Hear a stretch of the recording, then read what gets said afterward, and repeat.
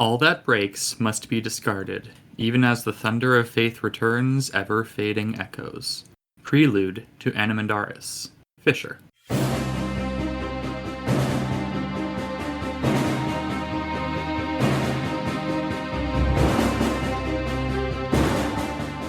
Annyeong, and welcome to Legendary Green Team's Malazan series. Welcome to episode 2 of the House of Chain series. I am Hurinfan, and I am joined today by BefuddledPanda. Hello, everybody. JasnahAsABoy. Hello. And Ashaman. Hello. Ashaman and myself are veterans, and BefuddledPanda and Jasnah are reading for the first time. Today we're covering House of Chains, chapters 5 through 11, and the book, up until that point. Spoiler warning for everything in those sections. So, shall we start? I see no reason to stall. Chapter 5. The Malazan Retributive Army gathers in Erin. Pearl recruits Lestara, and they embark upon a mission to find Felison. We see some familiar faces in the new army. Many familiar faces. Mm-hmm. This has been my favorite chapter so far. Just because it was nice getting back to everybody, especially Fiddler. I love Fiddler. This chapter made me feel like he knew he had kind of deprived us of what we were looking for in the novel with the book 1, so he was like, here's a feast of everything you wanted that whole time. I loved it. It's like, oh yeah, what happened that night when they took away Felison, and you get like a little flashback with Gamut and Bowden. Mm-hmm. That was really cool. And these sections are just filled with tons of dramatic irony, and I love it. Do you have any particular examples? Well, one big part is that we know that the Malazans on Genabacchus are all dead, and nobody else does. Right. And I wrote down a few, but I don't want to search through my notes. But there's a few times where I think one of the characters says something, and the reader is the only one who knows anything, and you're just kind of smirking to yourself. Yeah, I think I remember Fiddler being like, and we're gonna get reunited with Whiskey Jack, and I was like, yeah, no. There were big plans.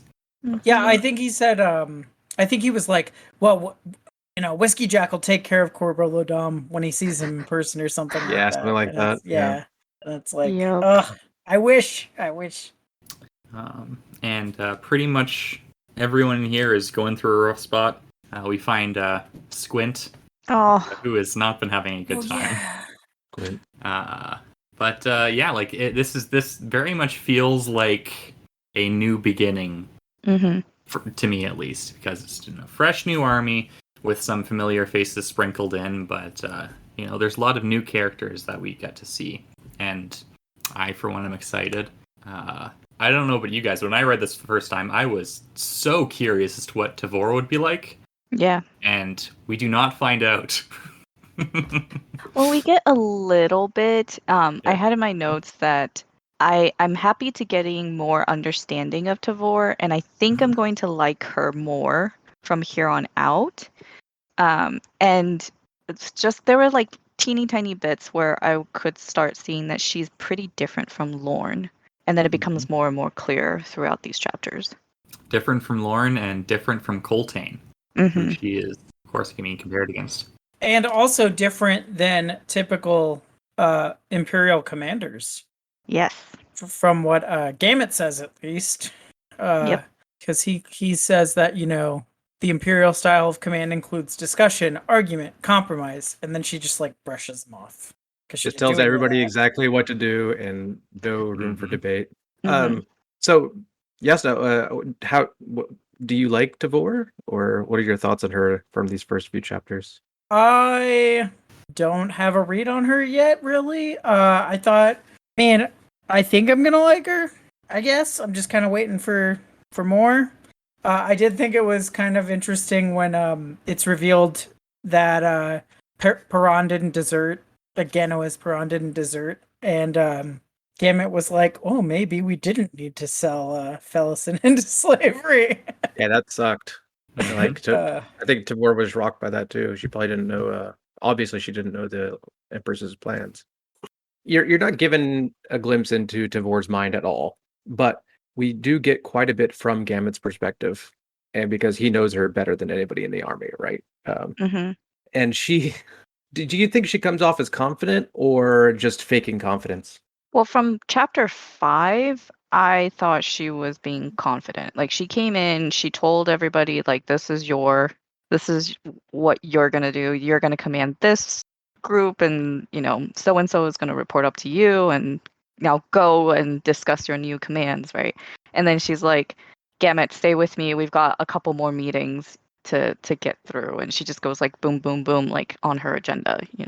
So from at least chapter 5, it seemed like she was pretty well put together. Yeah.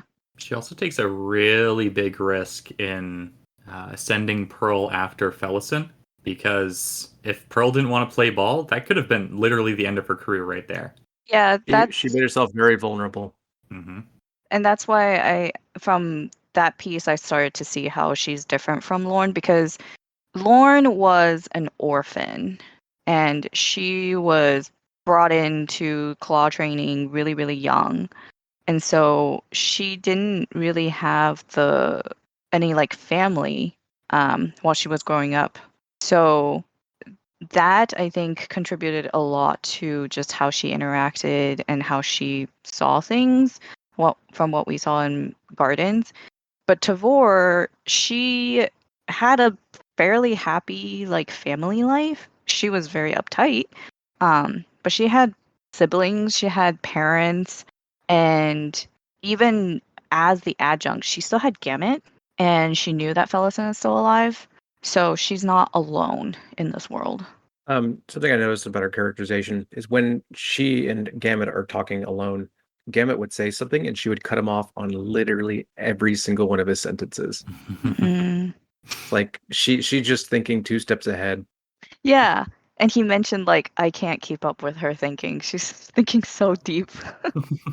Now, did we meet Gamut in Gardens, or is he like new to us? Was he just mentioned in the Gardens? Okay. Yeah, he was the guy, the guard that greeted Ganuus. That's what I thought. But then somebody said like, "Oh, a new character," and I was like, I don't think so. Okay. Yeah, it's like the tapestry come to life or something like that. Yeah. Yeah. Okay. So he's the same character I thought he was. Mm-hmm. How do you like Gamut? Poor guy. Yeah, he's out of his depth. It seems. I don't know. Tavor seems to have faith in him. Yeah, but I mean, like, he was in retirement basically, and then he had to get pulled out of retirement, and he's not used to commanding an army. Certainly struggles with inadequacy. Yeah, and this isn't just any army; it's a very broken army. Mm-hmm. And a very new army. Mm-hmm. Yep. Although they do have some good people as sergeants. Yes. Who are essentially the only ones qualified for their positions. Yes. You got Nil and Nether, who are pretty broken people. You got Temel, who is leading the Wiccans, and he's like 16 or something like that. Very young. Lustig. Mm-hmm. Mm-hmm. And then you have a bunch of Nobleborn in like the lieutenant roles, like Lieutenant Renal. And then you have... I love the sections between Fiddler and Renal. They're great. Yeah, Fiddler knows what he can get away with. Yeah, I like the grizzled soldiers who just kind of show up and do what needs to be done because they're the ones who know. Mm-hmm. Yeah, I really like the starting of this army, and I like pretty much everyone in it. I'm even from just these first 2 chapters, I'm a big fan of Tavor because she's just the kind of character who appeals to me. And she's lesbian. Good representation. Mm-hmm. There you go. I was grinning ear to ear during Lestariel's job interview with Pearl. That was just such a great interview. I loved it. Yeah, they have an excellent dynamic. Mm-hmm. There's some irony there later too, Mm-hmm. when her meeting with Cotillion. Mm-hmm. I know I put it in the DMs, but I really, really like the scene where he introduces Fiddler as strings, and then finally at the end. Yeah, I kind of wish that they wouldn't have like told us it was Fiddler straight out at the end of that scene. Yeah, because I like made a note as soon as I saw strings. I was like Fiddler ? And then like 5 minutes later, it's like Fiddler. I was like, well, you took all the fun out of that. Honestly, I forgot that he revealed it so early. I thought it was like chapters later. Mm-hmm. I did. It was literally the page that he introduced him. Yeah, But like that's also part of the problem because like all the old guard they're like, yeah, that guy right there, he's Fiddler. We all know him. So, Strings Speaking of is old guard, huh?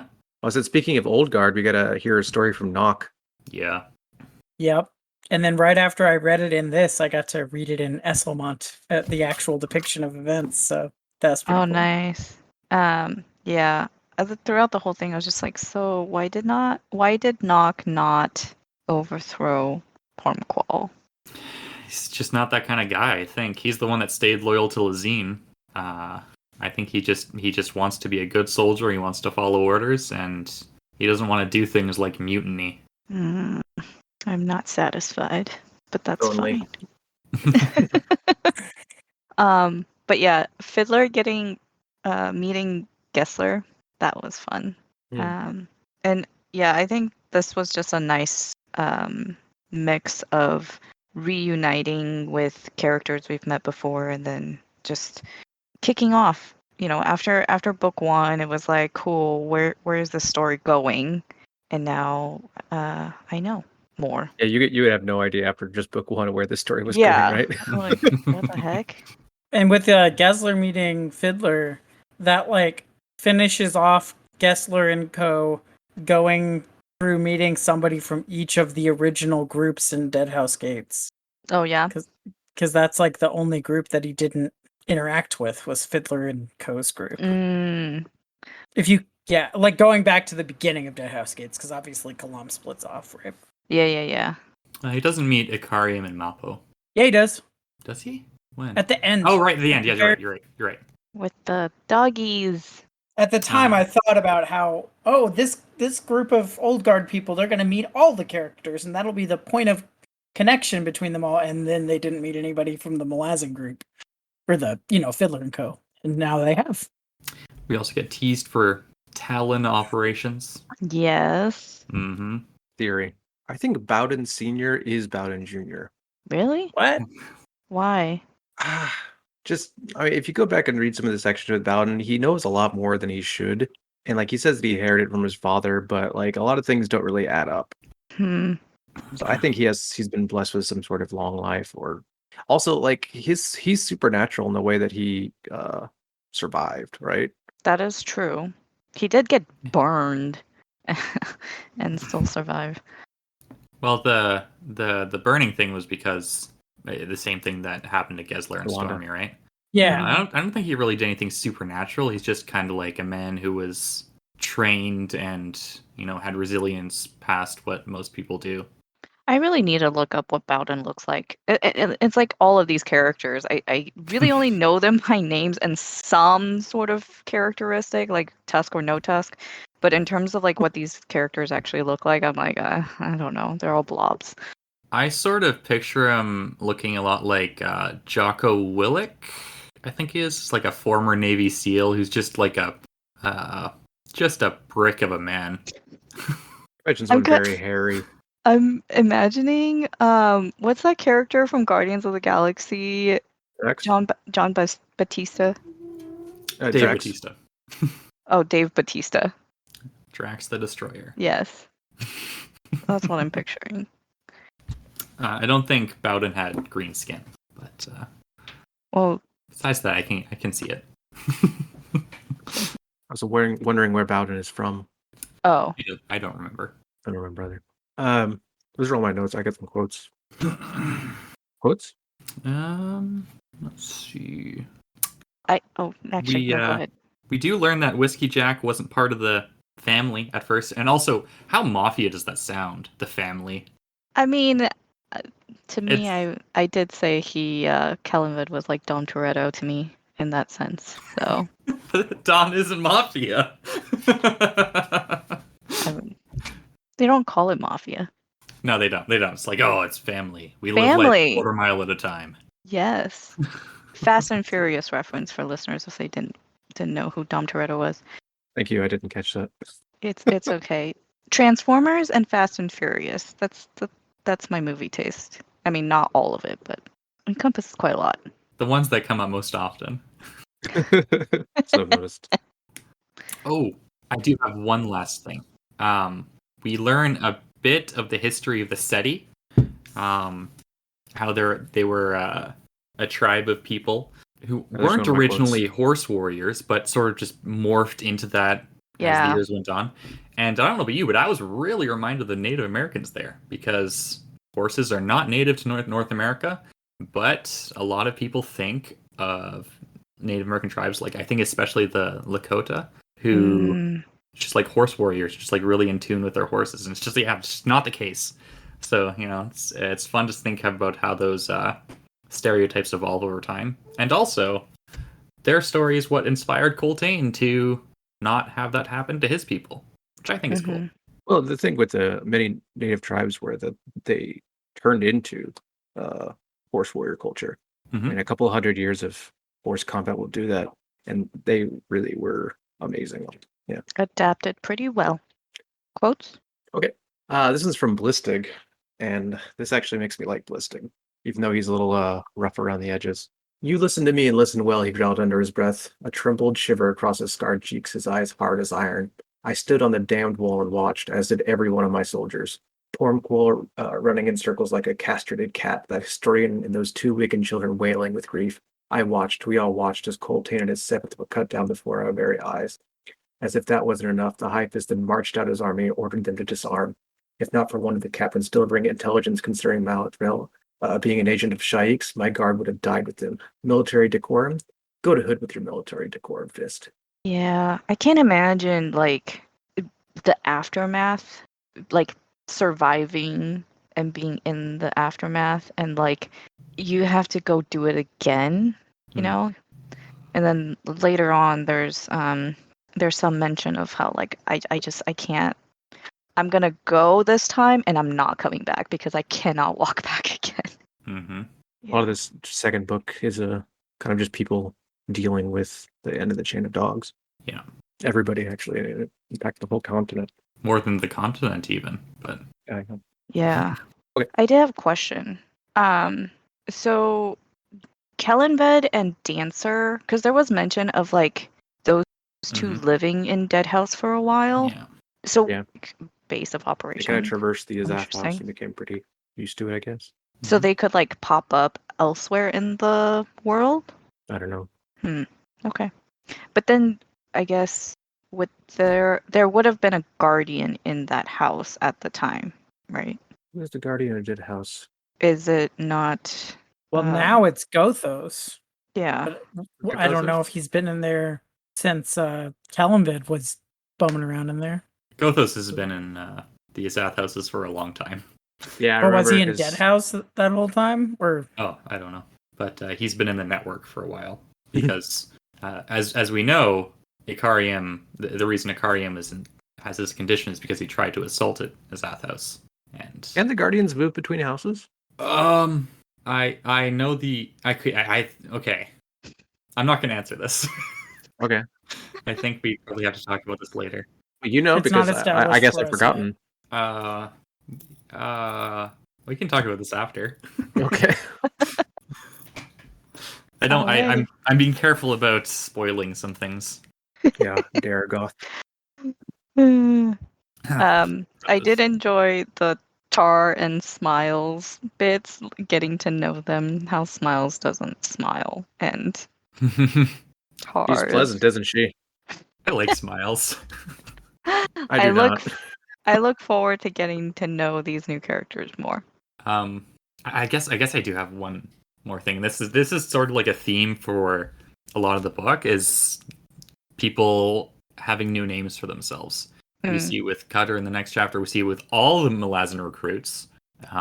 We see it with like, we don't even know Fiddler's real name because he wasn't always called Fiddler, right? Oh yes, and Whiskey Jack was the one that gave him the name. Yeah. It was Braventooth, wasn't it? Or I think Braventooth gives everybody their name. It was Braventooth gave everybody else because he's the one that started it. And Fiddler gave Braventooth his name. yeah, but Fiddler said he somehow made it out of training without getting one from him, but then Whiskey Jack gives him his. Yeah. We have Karsa taking the name Toblakai. Basically, everyone has a double name in this. Which, oh my goodness, there's like more than double names. Because like there's Kellenved, who is also Amonis, who is also Shadow Throne, and there's also Shadow Throne, which is not Shadow Throne. There's Cotillion, the Cotillion, rope. Dancer, and the Rope. Yeah, like, why? And Tell then him there's that has even more names than that. Oh god. and then there's Kalam, who, as far as I can tell, is just his name. He's the Well, only one. Kalam Mekler or whatever. Mekar. Right? Mekar. Yeah, I mean, and like the thing about the Toblakai name is that it's not just a like name of a character; it's also a name of like a race of people. So I don't know how people can listen to the audiobook with this. To be honest, that's probably like one of the biggest reasons why I think reading it with your eyes, at least the first time, is crucial. You make best friends with the back 30 seconds button. You reference your Kindle copy when you need to. Yeah. There's just some parts, like I had to repeat a scene today in Esselmonts, which are much easier to read, like 12 times to get it. So there's some parts that just hang you up, but then there's whole chapters for like 2 hours where you're just immersed and it's good. Dang. So. I wouldn't be able to do it like that. Not gonna lie. Alright, I'm ready for chapter 6. Okay, chapter 6. Cotillion enlists Kalam and later Cutter and Absalar to undertake some missions. Honorak frees Troll from his chains. They come across some carved doggos. Carved doggos indeed. Dogs, yay! I particularly enjoyed like Cotillion going around and collecting people to whatever scheme he's got going on. It felt very beginning of the heist movie to me. Yeah. Like Cotillion shows up and he's like, "Hey, you want to do a job?" And it's like, "Damn it, I'm in." Danny Ocean, like, yeah, I got a job for you if you want it. And Kalam just does it because he's bored. And he wants to get away from the wife. Yep. Oh man. Okay, Milana gets short shrift there. But she's the one that, like, you know, He's the one pushing banished him him away. basically. Yeah. Yeah, but they don't talk about why, and then like he's just like, "Oh, you're having trouble with the wife? Want to go on a really long quest?" Well, he's like, I wasn't aware that God's intercepted in marital affairs. He's like, well, have you gotten to the point where you want to kill each other? Okay, then we don't. Well, she's busy like teaching the 1,300 children to be fighters, basically, right? Which I'm just like, okay, I'm waiting for that shoe to drop because I feel like those children are gonna do something really badass. I'm hoping it's in this book. It better be in this book. What do you think, Jasnah? Yeah, I don't know. Do you think that Cotillion has designs on like the real Throne of Shadow, or does he just want to prevent the Eater from getting to it because of crippled god stuff? You know, I'm not sure if Cotillion really wants to like be on the throne himself. Well, I meant for him and Amonis and whatever. Well, he did say later on that, like, you know, Amonis thinks that Cotillion's plans align with his own, but Cotillion's like, but we don't need to tell him that they're not right now. He doesn't need to know that. So he's too obsessed with getting revenge. Yeah, so I think that Cotillion is... You know what? I'm not even gonna... No, I have no idea. Cotillion is such a human character in these chapters, which I find really interesting because he has a lot of regrets on how he handled things in the past. He's sort of trying to make amends. Yeah, he notes that he's learning the hard way, and he definitely comes off as less crazy than Amonis. I think most people do. So he does signal that that he deals with his regrets in a more transcendent way. He says that that the regrets are kind of irrelevant, and what matters is how you answer them. It's very pragmatic. Yeah, perspective an assassin. He seems to be having some, at least ambivalence towards becoming a god and having to give up his humanity. Yep. And he doesn't actually harbor many hard feelings towards Lazine. He's like, yeah, she's right. Let her have the Empire. Yeah. Anyway. Speaking of giving up your humanity and becoming a god and stuff, I really liked Cutter's sort of inner monologue about ascendancy. Me too. He's kind of speculating on what the rules of it are, and basically saying he knows about as much about it as the readers do, maybe even less. Well, even less. Cutter doesn't know a lot. Yeah, he's changing himself to impress a girl who was thoroughly What else is unimpressed. That poor Yeah. guy, man. I feel so bad for both of them. Like this chapter, like Cutter and Absalar, like they're just so young and stupid, and they just need to talk to each other. Mm-hmm. She doesn't want to be an assassin. He's trying to become what he thinks that she wants, Right. which is Or realistic. needs, at least. I mean, I did that when I was a teenager. Oh. Well, he's not just trying to become what he thinks she wants. He's like looking at her possible journey to ascendancy and saying, I need to be the dancer to her Kellenved. And that might not be as much about what she wants as about what she needs. But he could be wrong about that too, of course. He's also almost literally putting her on a pedestal. Mm-hmm. Not thinking of her so much as a human with feelings as this kind of like implacable force who was possessed by a god. What else is new? Yeah. I mean, I don't know what Absalar and Relic were really expecting to find when they went home to Itkokon. But I guess they were both kind of like lost, like what is next? And she actually asks Crocus that, right? Like, what now? But she does ask that after her father passes. Mm-hmm. So at least he got to die at home, I guess. And Hood came for his soul. Yeah. Yeah. We get a lot of lost souls in these chapters. Pretty much everybody, actually. Yeah.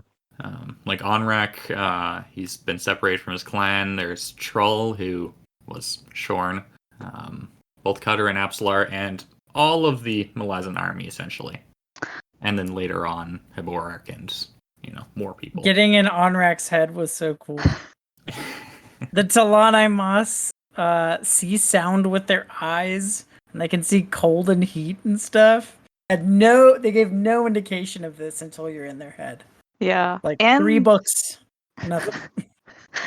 And I was very impressed that Onrak can drag Troll Sengar, because my understanding is that Teist Eater are fairly large, and the Talanimas pretty tall. Yeah, Talanimas are, like human sized. Bit short. A little shorter. Even shorter. I think, like But he can Neanderthal. carry Troll Sengar and jog. I'm just trying to picture that. This is so humiliating. It's better than being dragged, though. Yeah. I really like Onrak and Troll's conversations. Onrak sort of seems like a Imas that isn't as conflicted as some of the rest of his brethren. He seems to really believe in the cause. And he is sort of still caught up in the zest for life, which I think is cool, because there's always new things for him to find, right? Mm-hmm. Well, he definitely feels the freedom, I think, from being separated from the rest of the Imas, right? Like it's later, but it's sort of, I don't know, freeing, I think. Whereas most Imas would just fall into despair. Right. Yeah, he's an interesting guy. I really like how, he was just going to walk over Troll and just leave him. Right. But then, Troll, he had some interesting things to say, so he freed him. And then later he just goes to great lengths to save his life. Yeah. Along those lines, well, in that scene, the catfish sprouting legs, that imagery, chills, because they're huge. And then he goes and kills one, and then all of them attack him, so he has to kill all of them. It's quite funny. The catfish? Troll, like, he was like that scene where I think Troll's like, "Hey, get me some food," and he goes and hunts some catfish. Yeah. And, I think he gets swallowed by the catfish, and Yep. Troll's like, "Oh, I was dreaming like you had like a catfish on your head or something like that." You're like, "Well, Yeah. that actually happened." Right. Yeah. We also get some cool lore. This Warren is actually a fragment of Emerlon and is called the Nascent. And finally we can refer to it as the Nascent because, Is that the first time it's called names is Nascent? useful. Is that the first time it's been? I think so, yeah. Because Troll's the one who just kind of reveals a lot of things about Shadow in this chapter, and a lot of things about the Eater, and, we finally get some of their story. Yeah, and it got through to my head that Curled Emerlon is the Shadow Warren. Mm-hmm. Yeah, we now have all 3 names of the Curled Warrens. Right. So it's called The Nascent in the prologue. Mm. Once. And it's like in the such and such a year of burned sleep, blah blah blah. The stuff that you that you don't really pick up on the first time. You kind of just look at the word like, cool, don't know what that means, but all right. There were also human-ish creatures living in the Nascent before this. That's just kind of sad, right? Just to think of just like an entire civilization that's just gone. We'll never learn anything about them. Will we not? Well, as of now. Are we ready for quotes? 1 second. We do get an indication that Shadow Throne's plans, even after they've either succeeded or failed, are not nearly as simple as they initially appear to be. Because when Cotillion is explaining things to Cutter, he's like, well, maybe we planned for this to happen. Or maybe it was in our benefit for Durgistan to be free of the Empire. It wasn't just simply about revenge. We had a deeper motive behind it. Right. And then Cutter's like, what was it? And he's like, I'm not telling you. Mm-hmm. Yeah, well, because there was, even later on, or maybe it was in this chapter where, oh, no, it was when Cotillion was talking to Lestara about how everybody had their tasks that they had to do. Okay, we'll talk about that later. Chapter, yeah. I wanted to go back to what Jasnah had brought up about Crocus's thoughts about ascendancy. And he had thought to himself that ascendancy was but one of the countless mysteries of the world, a world where uncertainty ruled all, God and mortal alike, and its rules were impenetrable.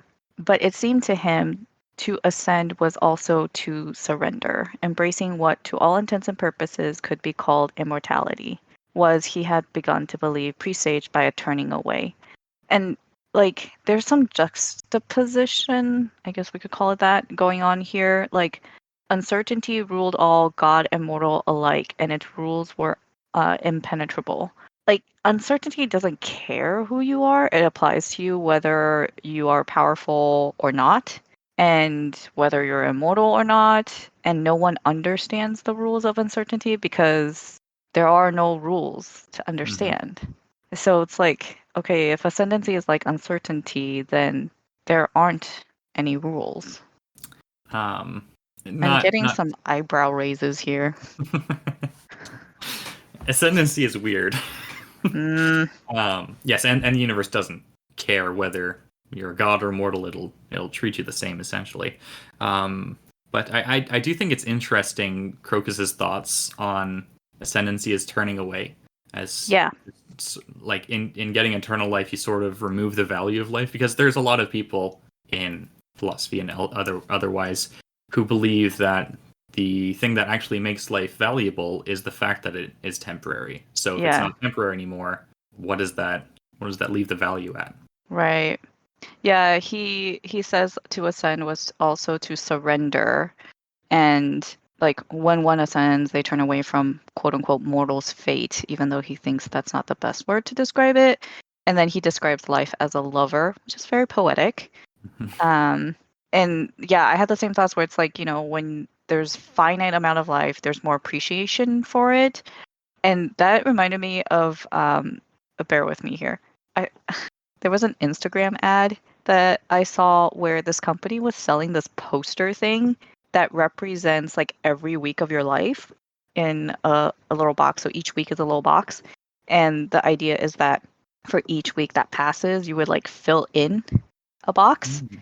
So it's counting down how many weeks of your life you have left.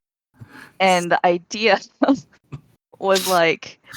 to motivate you, you don't have that much time left. It's finite. To motivate you to go do things and take risks. And it's mainly aimed at entrepreneurs. But when I saw the ad, I had an adverse reaction to it because I was this is so freaking morbid. And I would probably get depressed and just like want to stay in bed rather than like get out of bed. It's like, what's the point? All that existential anxiety. Yes. And, like, it sort of ties into the idea of like, if you could know the date of your death, would you want to know?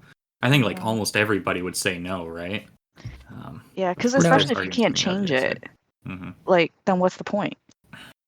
Anyway, that was a tangent. Well, you might not be able to learn when to quit your job. That's true. You probably spend a lot less time. What am I doing on this It'd podcast? be really freeing. Yes, right. Why am I talking about Malazan? I hate this series. I'm just doing it for the money. What money? It'll pay off, I'm sure of it. Yes, 1 penny. We don't get money from this, FYI. Not yet. Yeah. Just wait until we start selling out. The 3 hours will not just be us talking about Malazan. What are we gonna sell out to? Nobody is knocking. Audible. Oh my god. Raid Shadow Legends. Ah, yes. Squarespace. Oh my god. Anybody else got quotes? I do. We got some words of wisdom from Cotillion. Regret, yes, many, many regrets. One day, perhaps, you will see for yourself that regrets are as nothing. The value lies in how they are answered. Yeah. I think those are words to live by. Yeah, I think it's the only really sane way to look at things. Otherwise, I would just go down a spiral. And yeah. It's like, it's so easy to just obsess over everything you did wrong in your life and really dwell on those moments and wish you could change them. But guess what? There's no way you can. Cotillion also tells Cutter, reciprocity, Cutter, a relationship of mutual exchanges. Yes, he's being so nice. He's like, I won't take advantage of your, innocence and naivete. Like, we'll make this an even exchange. I get the feeling that Cotillion, like, really doesn't want Cutter to do this because I think he doesn't want Apsalar to. I think he knows that Apsalar doesn't want him to do it. Do you think the regrets that Cotillion are talking about is like how he basically took over Apsalar's life? And I think that's probably a big one, yeah. Yeah, okay. And that might be a part of why he's treating Cutter so differently. I do like how he also recognizes that he's not going to be able to talk Cutter out of his current path. Sometimes you have to let people make their own mistakes, especially adolescent people in general. That may or may not be in love. I don't even know if he's actually in love anymore. I think he's just... I can change her. Obsessive. Dude, if I was being sent into an immortal war zone on an island that like moves around the ocean, that god can bless my knives. All right. Yeah. Right? Yeah. Seriously, you're gonna need all the help you can get. Because he worships Relic. Yeah, Ralik, because when the chips were down, Ralik didn't do anything with magic. Yeah, that's true. Except for the dust, if you count that. Well, he didn't know. That's why I was being like sarcastic. anti-magic. He didn't know. Well, it came from Baruch. No, that's true. Okay, yes, you're right. It's anti-magic, but it's also magic. Like it has healing properties. It does other things besides just cancel out magic. Yes. Anti-magic is magic all of its own. My head's gonna hurt. Well, we get more about that yes. in this section. Not this chapter though. Yeah. We good for chapter 7? I got one more. So we get a nice quote from Onrak that basically boils down to ignorance is bliss, but it's not exactly a good thing.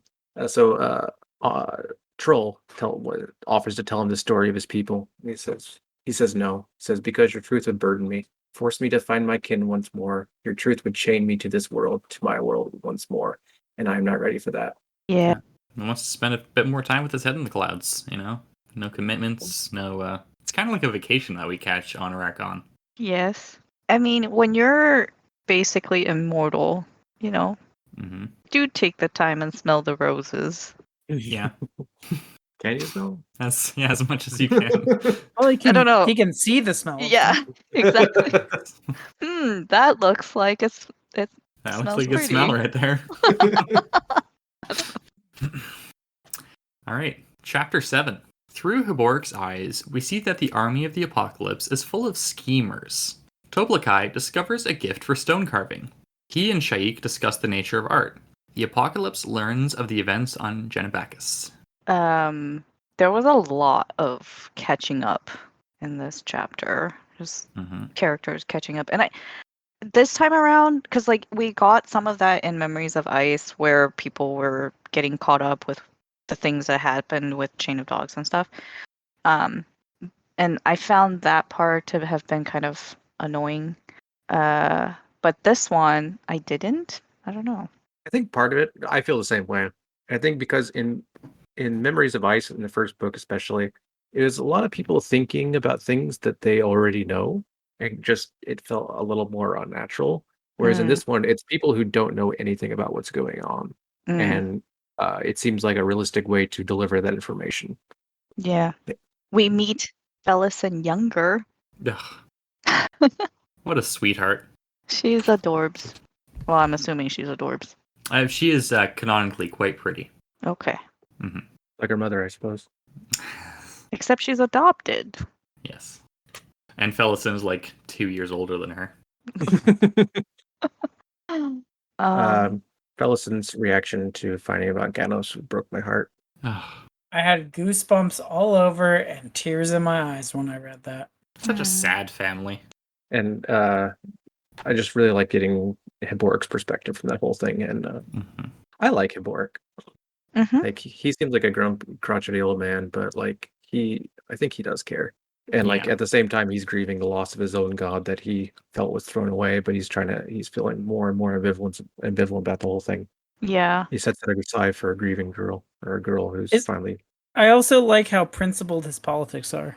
What do you mean? He gets kicked out of the Empire, enslaved by the Empire, and he still is like principally pro Malazan Empire and like wants the Empire to like come in and destroy the rebellion completely.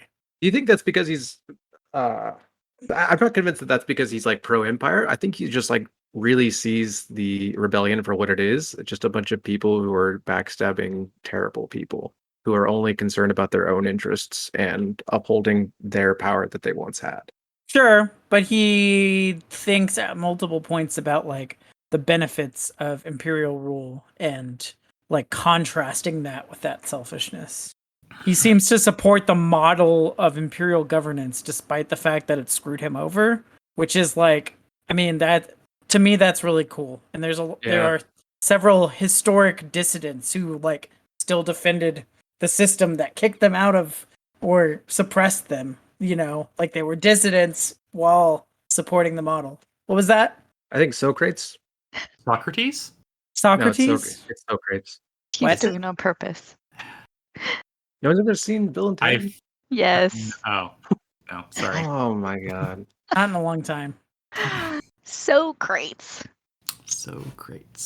Yeah, I think in a lot of ways the Malazan Empire is sort of the least bad option available at the moment, especially in Seven Cities, because it's such a fundamentally broken continent. It's kind of like grown off of awful things happening and, you know, absorbed that into its collective psyche. I think there are like other places that it's definitely a lot harder to determine whether or not the Empire is a good thing, like, for example, Darujhistan. But yeah, this is a very clear case of this rebellion is awful. And pretty much everyone recognizes that it is awful.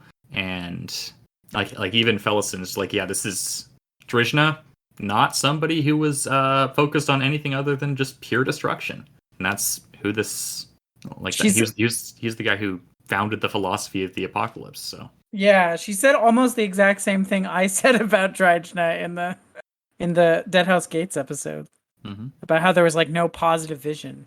Yeah. Well, and Hiboric also questions like whose war is this and what is the goddess warring against? There's not a clear mission, like end goal. And I think that maybe this is a good time to bring up. So I was listening back to our first Dead House Gates episode, and I just realized how far I've come on this Malazan journey since then. Like when I first met Hiboric, I didn't know what Fenner was, God of War, and Summer. And I remember saying, like, yeah, those things don't mean anything to me. Why his hands got chopped off, like, we've learned that since, and why that was important. Didn't know much about Hood. And I had a hard time answering the question that Ashaman had brought up, is, like, whether Lysine was justified in culling the nobility. Now I just have firmer answers for all those things. And What's your also, answer on the last? well, given all the events of Dead House Gates, I'm like, F the nobility. Very And fair. you still see it with Lieutenant Renault in here. Like, that dude, he went and hid in this, like, giant mansion house when he should be helping get this new army whipped into shape, and nope, nowhere to be found. Yeah. And also, I remember Ash asked in Gardens, like, oh, how do you see the Empire, the Malazan Empire? Like, do you see it as good, bad? And yeah, it's complicated, but in this instance, in these chapters that we've read so far, it seemed like there's a clear answer that, the Malazan Empire is not that bad. There are far worse things out there. Even Karsa sees it, and he hadn't interacted. He didn't know the Malazan Empire existed for most of his life. Yep. So I think if I were in the Malazan Empire and I was allowed to talk about my beliefs and without getting thrown into the Ototero mining camps, I would be a reformist. Like, I would support, like, maybe reforming the Ototero mining camps so that they're not, like, mercilessly just grinding people up and having this, like, a black market sex ring going on and the all of that. There's problems with the Empire, right? But, like, I think it's, like, the best thing on the table right now, so I'd just be like, let's kind of tweak this a little bit, like, maybe we don't put the children in the mining camp, for example. Like, I understand, like, you gotta have a place to, like, you gotta have people to mine that ore. You gotta have a place to put mages that that are trouble. But because if they're mages, you can't just throw them in a regular jail, right? But it doesn't have to be the way it is, right? So yeah, that's my view of it. Like, purge the nobility, probably yes. Maybe don't throw 14-year-olds in slave camps with, like, horrible drug and sex black markets, but something. Yeah. I'm not sure what they would really replace those things with, because this is, like, a really, really brutal world, and the Malazan Empire especially is, I think it is at least, focused on breaking cycles, which is why, Kellanved was very notorious for, culling nobility like their like the whole family, because if you leave one person alive, then someone's going to want revenge, essentially. And that just keeps the cycle going on and on and on. And how he would have, if he had been in charge, then Seven Cities would never have gotten to rebel, because he would just ruthlessly crushed it. They would never have had a chance to do these kinds of things.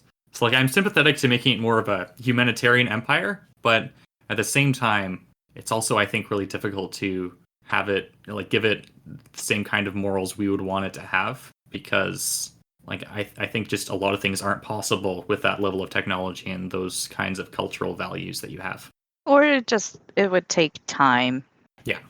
Right. I'm not saying, like, overnight we're going to turn it into a utopia, right? But, yeah, just tweak it as see what works. Everything needs improvements. It's definitely better than what Calor had, his empire. Right. But I mean, maybe. Well, we don't actually see Calor's empire ever. They could have been very happy. All the slaves that suddenly poofed.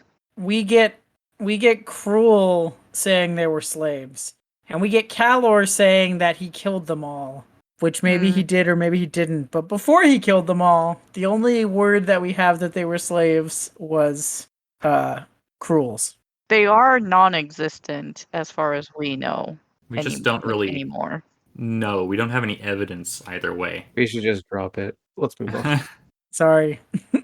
Alrighty. Taliesin discovers that she wants to create things, and she writes poetry. She writes poetry. I think that's just really sad because she was a young girl. She had so much potential, and she's just kind of been co-opted by this vengeful goddess. As these kinds of uprisings tend to do. They take the young and they turn them into what they need them to be. Yeah, she's been writing Call to Shadow, which we've been reading, right? But it also said that she's been continuing her mother's work. And why do they know so much about Shadow Throne? I assume she got some information from the Whirlwind Goddess at least, because it works like this is the Whirlwind Goddess. She's probably like a local deity and stumbled across a fragment of shadow and just kind of got empowered through that, and shadow people talk. It's all very hand wavy. I don't know. Speaking of shadow, Bidithol gave us some. So he was part of the cult of Rashawn, who was worshipping shadow before it had anybody on the throne, right? And he says that Shadow Throne and Cotillion ascended to the penultimate power of the Shadow Warren, and he was almost about to say the name of the person who ruled the Shadow Throne before Shadow Throne, but he stopped himself. Yes, now you look like you had something to say. Yeah, so this Rashawn stuff, confusing. Because at parts they say that they worship Shadow before Shadow Throne ascended, but Rashawn's also the name of the human accessible Warren of Darkness. Yes. So what? Why are they worshiping Shadow if they're a cult linked to darkness? They actually sort of address this. It's sort of like the triumvirate, and the human versions of the Warrens are kind of just like bastard children. There's a lot of the lines between them are not clear at all. You can't just say, "Oh, Rashawn, it's just the Warren of Darkness," because that's not all it is. It's a lot hazier than that. That did not clarify anything for me. It's not clear at all. But a lot of people on the outside say that they're basically the same thing. Well, like as I've said many times, the Shadow Warrens are complicated. So Rashawn is a Shadow Warren, but also a Dark Warren? Is that what you're saying? Okay. Yeah, sure. So it's like later in chapter 10 where we get the whole triumvirate thing, right? Rashawn, Thyr, and Mayanas. And my takeaway from that was Rashawn equals darkness, Thyr equals light, and then Mayanas equals shadow. Right. That's basically how it's. Yeah. Those are like the very broad strokes, definite, like the labels that you can ascribe to them, but they're not one-to-one. Okay. So is Thyr linked to Shadow also? Yeah, I think so. Yeah. Or linked to Mianis, I should say. They're very, very similar, right? I mean, without light, you can't have shadow, right? Right. Right, but you can't have darkness if you have light. It's a spectrum, right? Yeah, it's not like a binary thing. Okay. The Teist races seem to think it's pretty binary. Yeah. Wow. Well, they're kind of uppity, aren't they? Their Elder Warrens, like, they essentially are binary, but the descendants aren't nearly as much. Binary, good. Why did he have to make this so complicated? Okay, it better be satisfactory. That's all I'm gonna say. If he's gonna Ericsson's gonna go out of his way to make this thing so complicated, it better be satisfying. You can't only blame Ericsson. You have to blame Esselmont too. Fine. They came up with this stuff together. Some of this has to do with some of this probably has to do with crap they rolled out, and they were just like, "Well, what does that mean for the broader world?" You know. I haven't read Esselmont yet, so he's not as in the blame for me right now. I wouldn't say they go to their way to make things complicated. I think they don't go out of their way to make things simple. Oh, that's definitely true. Yeah, because life is really complicated, right? Like, there's a lot of things where you don't have clear lines, between good and evil, all these things. Okay, there's something about chaos. Because, chaos is this thing that is, there, and what is it? Like, chaos can't if there are rules, then it's not chaos, right? My understanding is that the chaos in this world is there's no way to understand it. Yeah, sort of. Like Mm. there are things you can say about chaos that will be true and that will inform your view of chaos, but like it doesn't follow very strict rules at all. The space between all the warrens is made up of chaos. Right, because that's okay. Basically, that's what there is, and then the warrens were put in to bring order. Mm-hmm. Right. Yeah. And that, something that I was thinking of as I was reading this, I was like, okay, well, I mean, humans, and there's later on in the chapters where somebody does say this, like humans want to naturally want to put order to things, to understand things. Erickson, Essamont, they're humans, so can they really write true chaos? So I don't think so. Anyway, whatever. Yeah, I don't know. There's a lot of chaos is a big thing in pretty much all of human endeavors, whether it's clear or not that it's there. But like especially in science and especially in physics, entropy is a really, really big deal. And we can sort of understand what entropy is about. And the balance between entropy and ordered things is complicated, but it's also what makes life the way it is. Because if you have too much order, then nothing can ever change and nothing can happen. But also, if you have too much chaos, then nothing is structured and life is impossible. Yeah, I think it's also like in the hands of a less capable author, they could easily use chaos as an excuse for something happening that doesn't necessarily fit with how readers would expect. And be like, oh, well, chaos, and that explains it. Wild card. Yeah. No, that's what Opon is for. But there's two sides of a coin rather than no sides or something. Yeah, so, Opon and luck versus chaos is an interesting thing to think about. So we get an answer to something I brought up in the last episode, which was the idea that if Hiboric in Deadhouse Gate says that Karsa has a bunch of children following him around, like ghost children. Mm-hmm. And I was like, well, how would he know to call them children? I mean, we get confirmation here that they are actually children the way we use the word. And that that many of them, at least, are the unborn children of Karsa's many victims. Ugh. So it's like he's seeing the potential that he took out of the world by killing those people, and how he's put a stop to those potentials. Karsa's grown a lot. He has. He even says to Shaik, because they're talking about art, right? Well, Shaik says, like, the drive to create is something other, isn't it? Have you an answer? And then Karsa says, if one exists, it will only be found in the search. And searching is at creation's heart, chosen one. Which is so true. Like, I never really thought about it that way, but when I'm trying to create something, whether it's like really artistic or trying to figure out how to do something, it is about searching, like, what are the right pieces to bring together, trial and error, right? And sometimes it does lead to reflection of your own self, introspection. That's the word, introspection. It's also, in its small way, a little war against chaos. It's putting a little bit of order into the world that you hope will survive and be meaningful. Do you think having a black dot on a large canvas is putting order? Oh, are you going to ask for my opinions on modern art? No one wants to hear this. They're not original. I'm just kidding. Don't answer that. I'm not.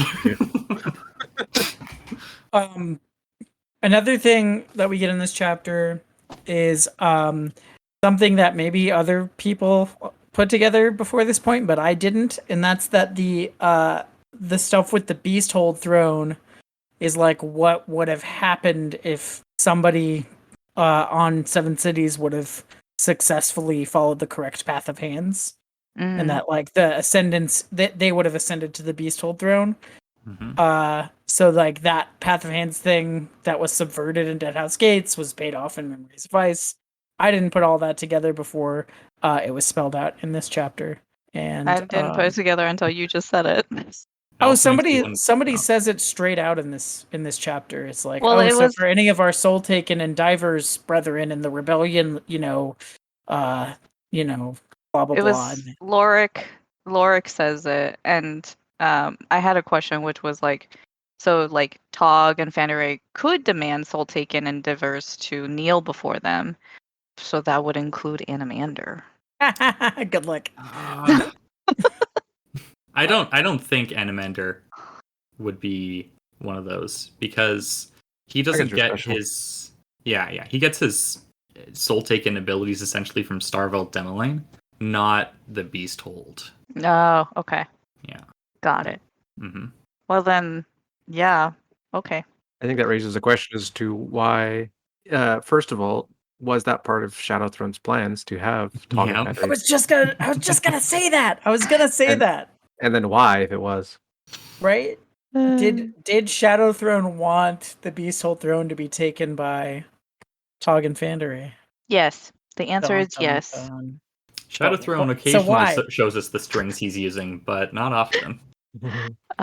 Because then they would be grateful to him for reuniting them, and then maybe he'll get favors out of it. I don't know.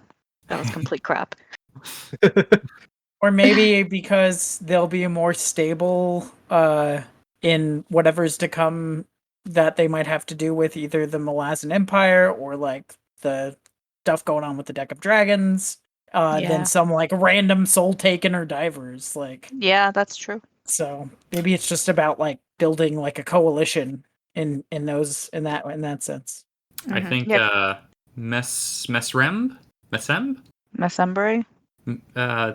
the bear guy. The bear? Yeah. He should have been the one who got the Beast Hold. Yeah, he would have been a fine, but like most of those guys were crazy. Oh yeah. Mm-hmm. And like imagine if Rolanderus was on the Beast Hold throne. The Bear of Spring. Someone imprisoned an intruder in the giant jade statue, apparently. That's one way to look at it. That's not what Haboric thinks, and I tend to think Haboric might be right. Do you guys believe the reports that Dujek is now a broken man? I don't know. I'll have to see it to believe that one. I mean, he's not complete. I think he is a bit broken, but not necessarily broken to be useless. Topper and Taishran both think he is. He might be brittle in the way that Whiskey Jack was, ready to break. Yeah. Chapter 8. An ill omen precedes the march of the Malazans.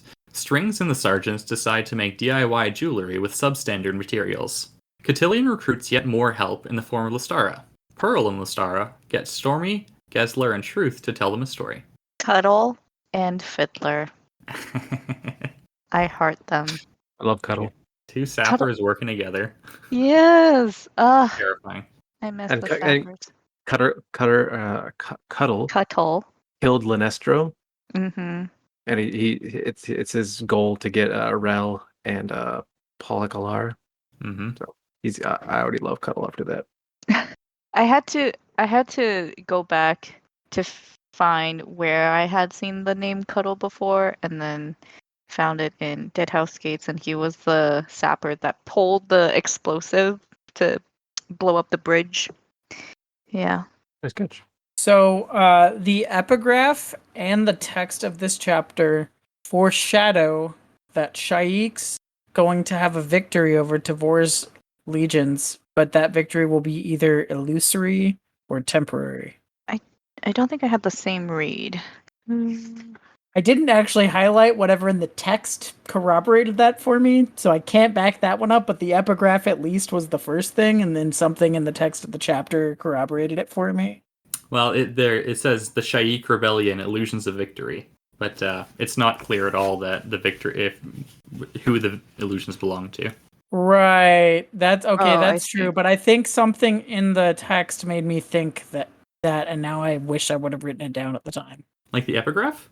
No, like something in the text of the chapter combined with the epigraph, like when you put the two together, and now I can't think of it.